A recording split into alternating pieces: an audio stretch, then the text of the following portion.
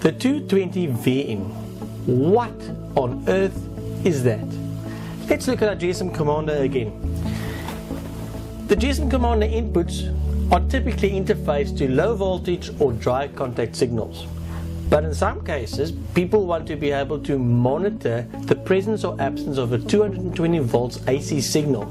And let me tell you one thing, if you put 220 volts in here, bad things will happen.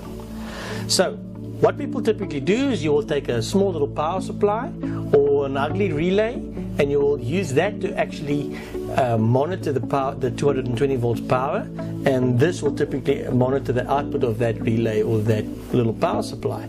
But it's not a really elegant solution. An elegant solution is the 220V in. Because you take this thing, you plug it straight into your input on the GSM Commander, and you'll see we've got two little pins here. You connect to 20 volts in that, and if there's power here, it'll activate the input on the GSM Commander for you. Magic.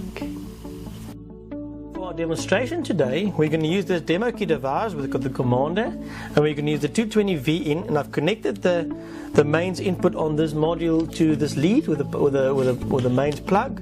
And on the other end, you'll see there are 4 pins, and they match up nicely with what's on the Commander input. So I'm going to connect it straight onto the Commander like that. And now I'm just going to switch on the Commander.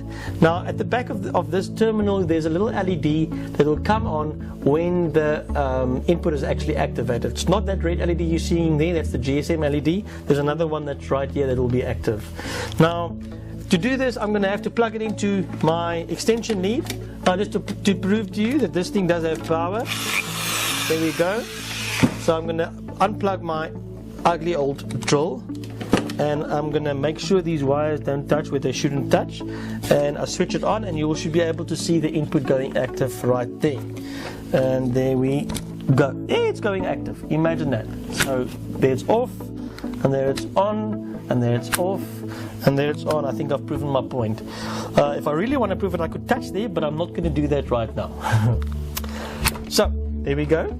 220 volts in, activating your input. No problem.